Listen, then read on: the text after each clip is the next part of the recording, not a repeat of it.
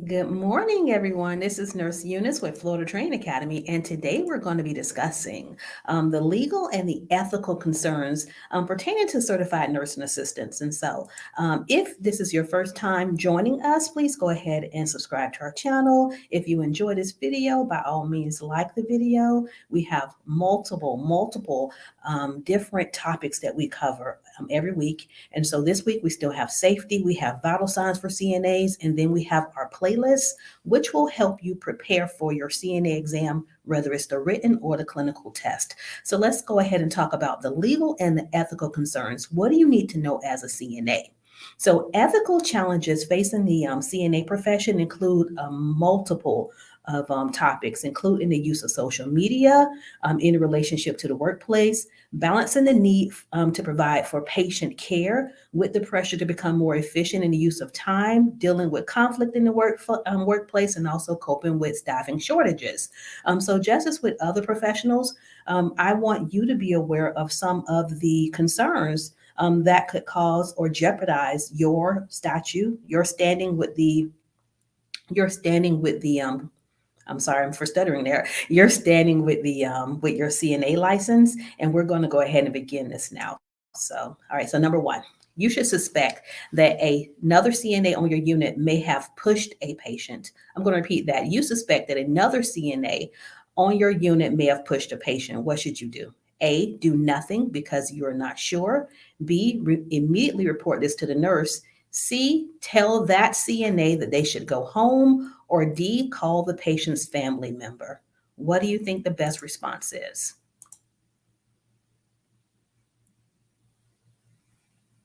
Let's see if we have any comments.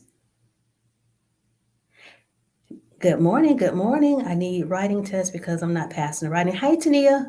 We'll make sure that we get you some information, some resources. Good morning, everybody. Hey, Cassandra. Hey, Gigi. Hey, Mercy. Let's see. The correct response is going to be B. You all are right. Immediately report this to the nurse. All CNAs must immediately report any suspicions that another healthcare worker is abusing or neglecting a patient or resident.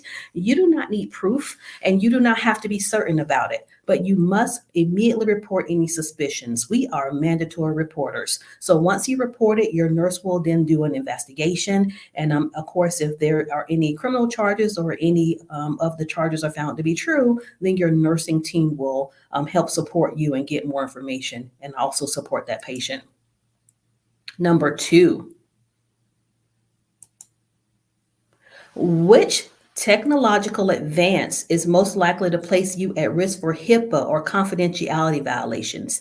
A, social media. B, word processing programs. C, spreadsheet. D, clouds and SOEs.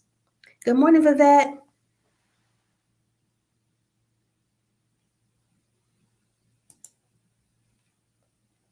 All right, and we'll reveal the answer in three, two, and one. Let's see what you all have.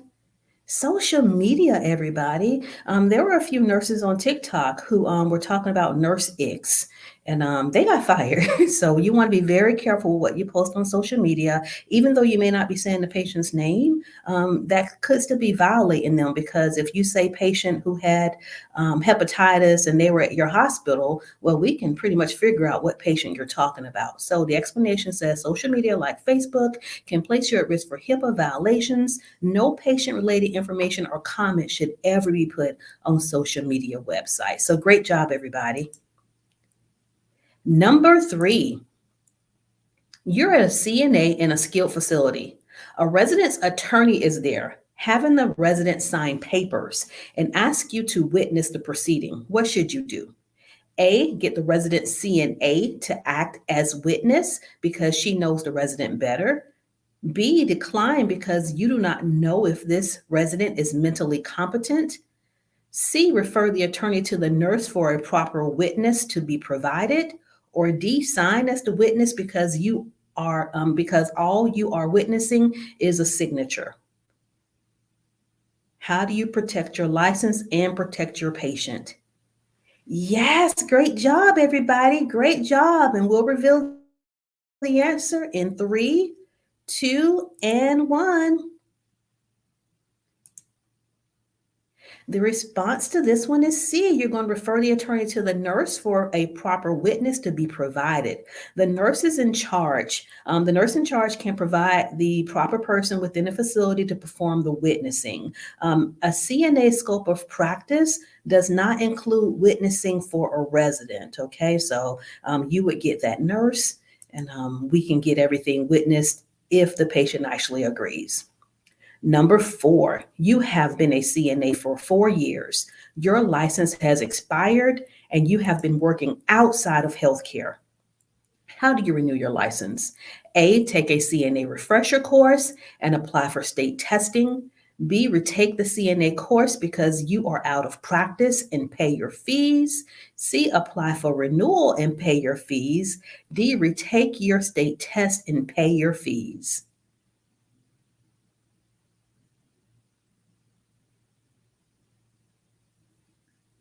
Right? And this is pretty much going to vary by state, but the best response for number 4 is A, take a CNA refresher course and then apply for state testing fees. So you shouldn't have to retake an entire course. You should just be refreshed on your skills. But you would have to go to your state's Board of Nursing to find out if that is true for the state that you live in. Number 5, a family member requests information about a resident assigned to you. Which answer contains appropriate information? A, she slept well and has had her morning care. B, she refused her meds and treatments. C, the doctor ordered new lab work. Or D, she is getting a chest x-ray to rule out pneumonia. Think about your scope of practice as a CNA so that you don't violate patient confidentiality or step outside of your scope. What's the best response?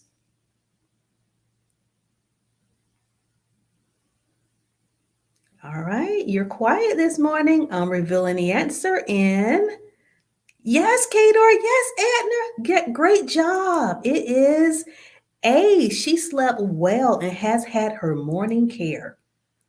So, even when appropriate to share information, provide only information about issues covered by your scope of practice. Because if you start talking about, pneumonia and some of the other things, your family members are going to be asking additional questions that you may not have the answers to. So, just talk about what's within your scope and refer them to the nurse for the additional information that they may be requesting. 6, define prejudice. A natural inborn dislike of a person or type of person. B, a learned dislike of a person or type of person. C, the behavior you display when you like a person. Or D, a sin against a particular person. What is a prejudice? It is B. It is a learned dislike of a person or type of person. So, prejudice is generally accepted as a learned behavior about a person, group of persons, or thing. It can be positive or negative. You may be prejudiced towards athletes, but prejudice against couch potato types. So, it's sometimes a learned behavior. Number 7, Miss O'Brien states that she is too tired for her bath, although she usually gets a bath every morning. You should A, tell her you will come back a little later and see if it's a better time. B, tell her you will bathe her tomorrow at her regular time. C, tell her the physician says she should get a bath. Or D, tell her you will call her family because they want her to get a bath daily. Ah, Kador, I see you. Great job. Anyone else? All right, we're revealing the answer in 3, 2. Yes, Cassandra, you are right. It is A. Tell her you will come back a little later and see if it's a better time. So the explanation is not bathing a resident without giving her the opportunity to get bathed at a different time could be considered neglect. Telling her you will call her physician or family could be considered psychological abuse by threatening to tell someone. And then you are expected to offer an alternate time to get the bath. That would be the normal sequence. Make sure you also document in the records that you offered the bath. And if she continues to refuse, please notify your nurse and document that you have notified the nurse. Again, I say in another video, the reason why we give these patients baths every day is not necessarily because they have body odors, but it could be because we want to do a thorough skin assessment, and the CNA spend the most time with the patients, and the bath is a great time to get that skin assessment done. All right, number 8, who has the legal need to know? What is in the medical record? A, doctors, A, nurses, B, doctors, C, CNAs, or D, all of the above? And that's super easy. The legal need to know. Let's see what you all have. Yes, Gigi, perfect. Yes, it is D, all of the above. All healthcare workers can have the legal need to know and to see a medical record, but only for the specific aspects of care that they are carrying out. 9. Where can you find the scopes of practice for nurses, doctors, and nursing assistants? Is it A, in state rules, B, in state laws, C, hospital procedure manuals, and D, hospital policy manuals? Hint, it's not C or D. They don't set the rules for the nurses, doctors, and nursing assistants, but they follow the rules established by the A or B. Which one do you all think?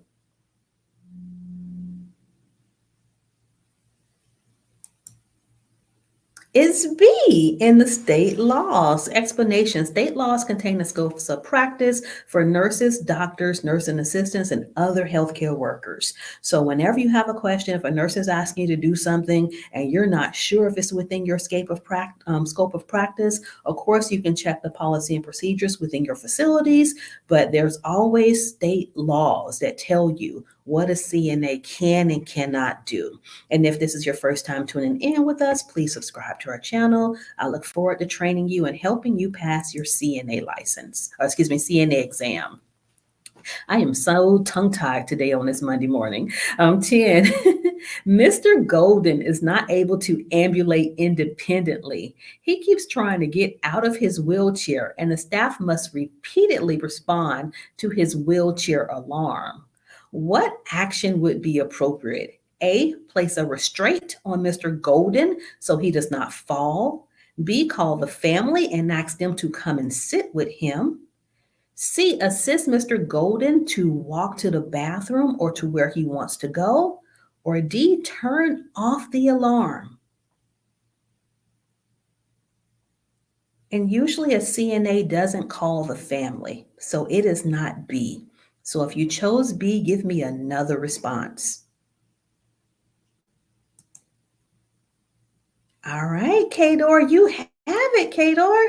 Kador wins your test. And Cassandra and Macula, you all have it. So assist Mr. Golden to walk to the bathroom or where he wants to go. That is the correct response.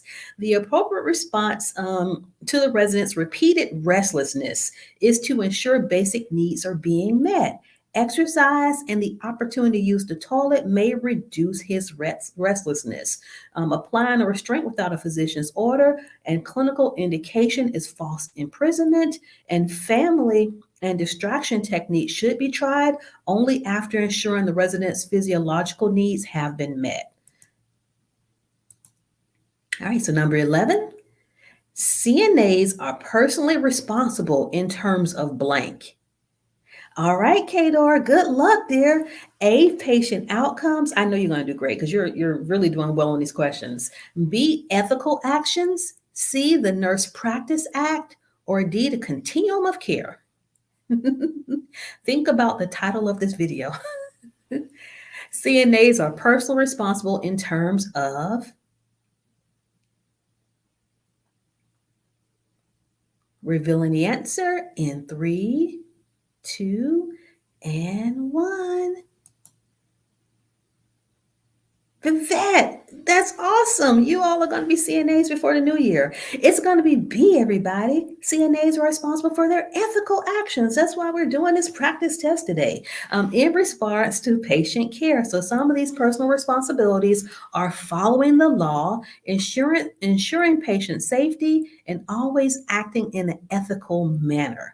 These things must be done in all aspects of care at all times. 12, chronic illness. Right. So a chronic illness, blank, A, requires immediate treatment, B, cannot become acute and does not require hospitalization, C, lasts 6 months or less, or D, lasts a long time but can have acute phases which require hospitalization. All right. So, my geniuses, what do you think the response is? Hey, Christopher. Christopher, you got it. It is.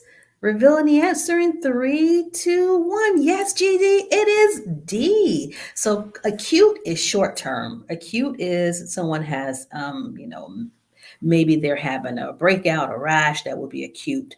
Chronic would be somebody who maybe has asthma. They've had it for a while, and every now and then that asthma flares up, which would require a hospitalization. So here's the explanation. A chronic illness may have acute phases which require hospital treatment. A chronic illness does not require immediate treatment, as does an acute illness. There is no time limit to illness classified by the acuteness of care required. So, usually, a chronic illness, they have it for 6 or more months, and yes, they can have flare ups. 13, HIPAA rules on protecting identifiable healthcare information apply to information on A, flowcharts, B, verbal information such as shift reports, C, electronic communication, including email, tweets, and text, D, all of the above, or E, both A and C only. All right, what do you all think? What do you think? What do you think? What do you think? Donette, I'm not sure if I said good morning to you. Good morning, Donette. All right, here we go. In 3, 2, and 1. All of the above, everybody.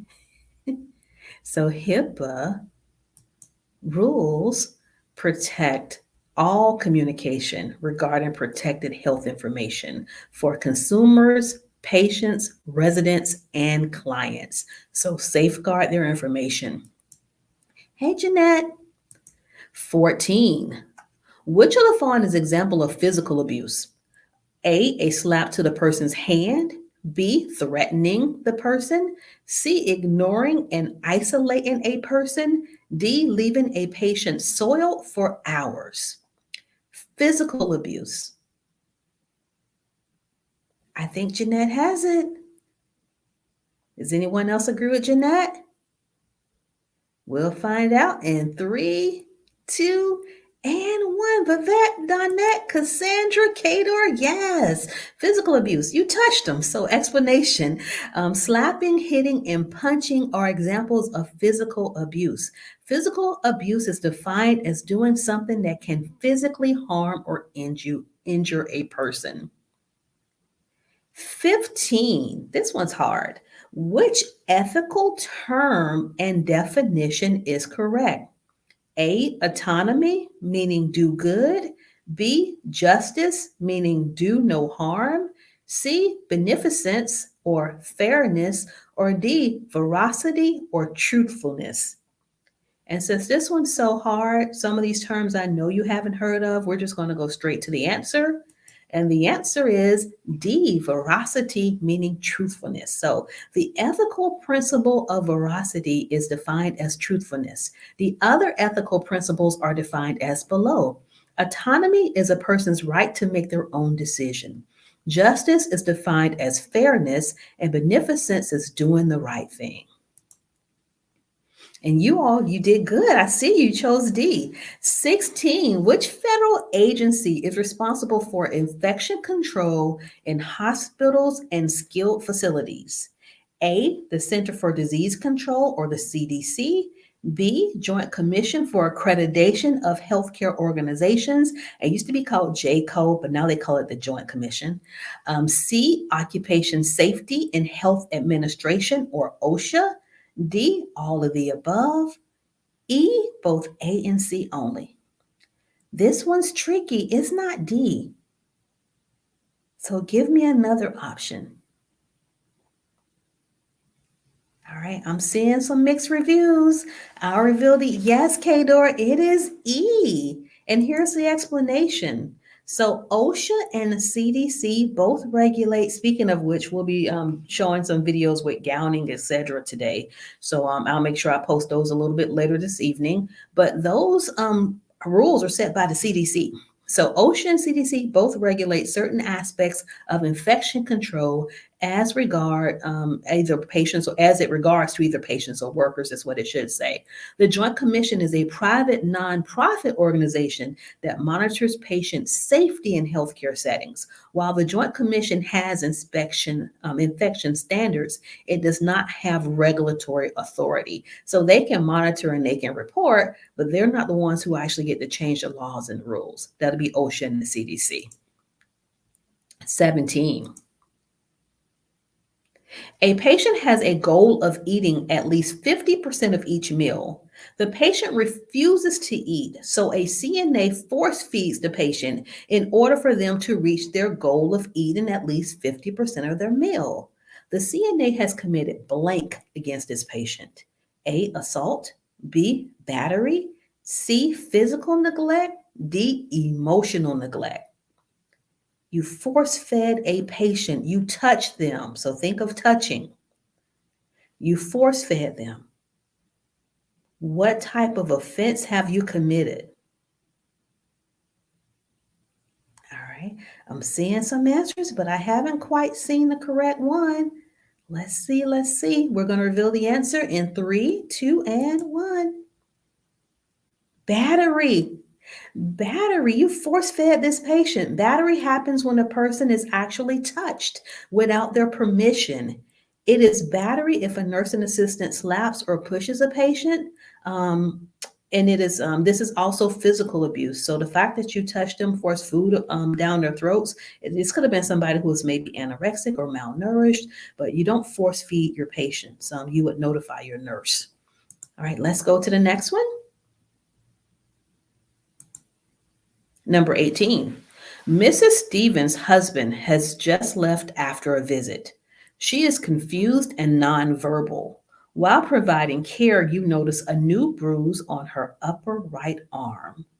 You should A, notify the nurse, B, call the husband to ask if the bruise was there, C, wait until the next day to ask if anyone else saw the bruise, or D, call the police. Hey, Tenzin. Tania, I don't understand what you're saying what to, so you have to put it in a full sentence.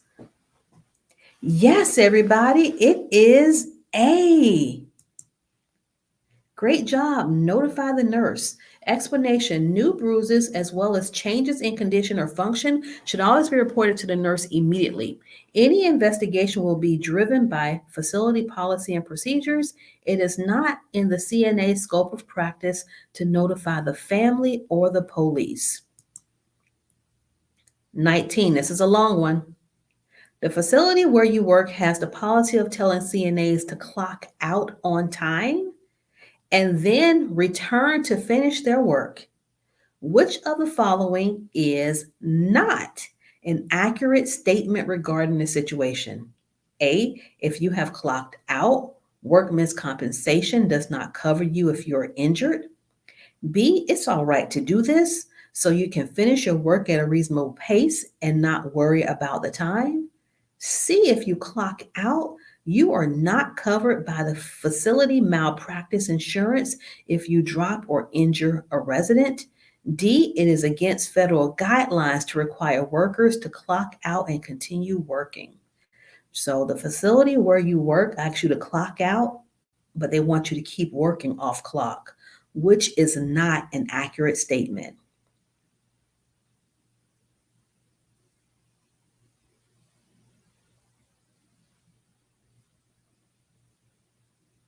All right, everybody, I'm looking at those answers.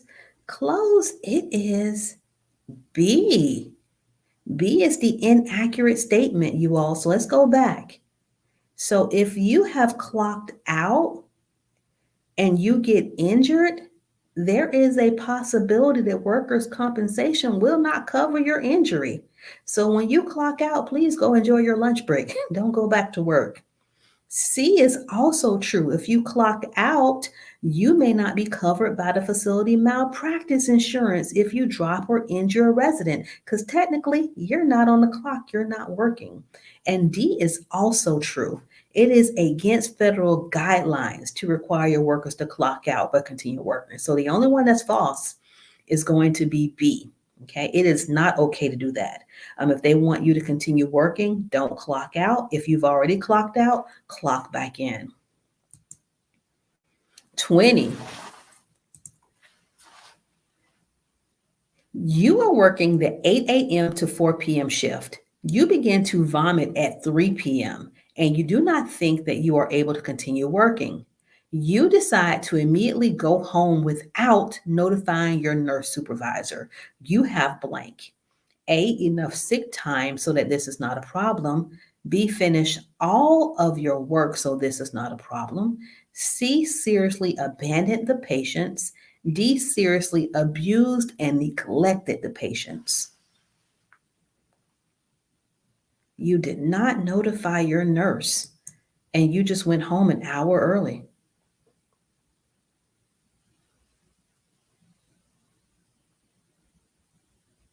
Revealing the answer in 3, 2, and 1. That is called patient abandonment, everybody. Just because you're sick doesn't mean you can just leave. You're going to have to notify somebody. So, patient abandonment is very serious and it can be grounds for disciplinary action and immediate termination of employment. It is defined as leaving the patients without getting the consent of the supervisor. So, if I'm working with you and I'm your charge nurse, and you tell me that you're sick, I will either take over your assignment myself or I will ask another CNA to perform double duty. We'll just have to make it work for that hour while you're gone. But what you can't do is just leave the hospital because we don't know what happened to you. And we want to make sure that you're safe as well as your residents. 21. Which of these actions is illegal in most states? A, being a patient advocate, B, euthanasia, C, healthcare proxy, or D, inquest. And these may be some new terms. A patient advocate, euthanasia, healthcare proxy, or inquest.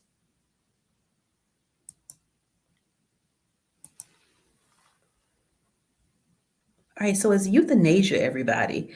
And euthanasia is also called mercy killing. It is not legal in most states. So if somebody wants to die, sometimes you'll hear, I think his name was Dr. Suicide, where he would assist these patients with terminal illnesses. But that's against the law in many states. So some states like Oregon and Washington have laws that permit patient-assisted suicides.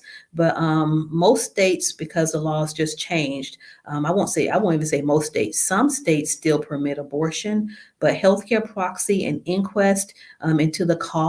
So, an inquest would be you actually requesting for an investigation into the death or the reason or the cause for a death. So, that is still allowable. The one that is not allowed in most states is, again, euthanasia. 22. A CNA who does not give care with the same level of skill that they learned in school can be found guilty of blank when this leads to an injury or damage to a person. A, negligence, B, malpractice, C, unprofessional conduct, or D, beneficence.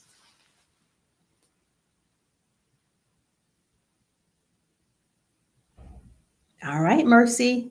All right, Danette. Vivette, close. It's going to be malpractice. So CNAs can be found guilty of malpractice, just like nurses and doctors, when they do something seriously wrong and it leads to patient injury. For example, when you not wash your hands between patients and one of your patients gets a serious infection, if they can track that back to you, you can be found guilty of medical malpractice.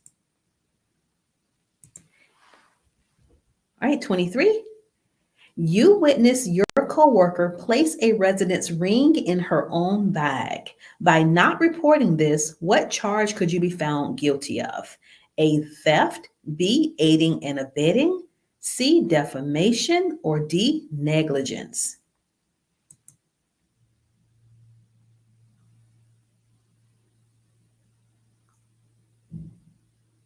Yes, Jeanette. Yes, Edna.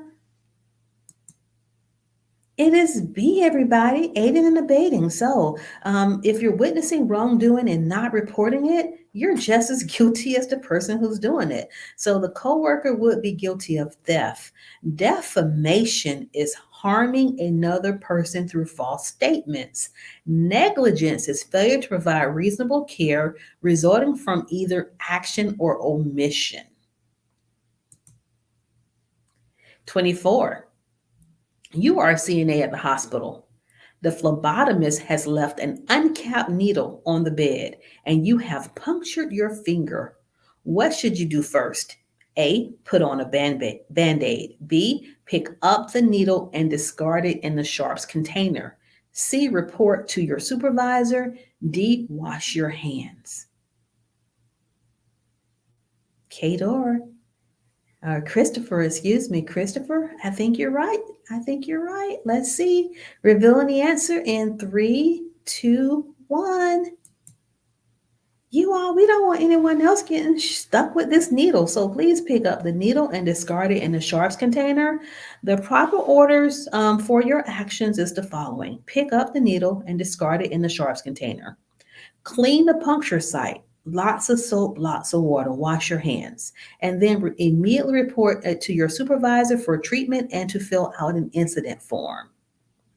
And the treatment would be if this happened during the daytime, you would go to employee health. If it happened in the evening, they'd probably send you to like an urgent care center, but they will go ahead and treat you prophylactically, especially if we know that the patient's room you're in, if they had some type of blood disorder or, excuse me, a bloodborne pathogen such as HIV or hepatitis B. 25. A patient is yelling at other residents in the nursing home. A CNA tells the person to stop yelling, or the CNA will hit them. The CNA has committed blank against this patient. A, assault. B, battery. It's not necessarily B because they haven't used their hands. It's just a threat. C, physical neglect. Or D, emotional neglect. All right, I see Christopher's answer. Hey, Shirley. Anyone else? Revealing the answer in 3, 2, and 1. It's A, assault. I see you, Danette and Vivette. Great job. So assault happens when a person is put in fear that he or she will be touched without their permission.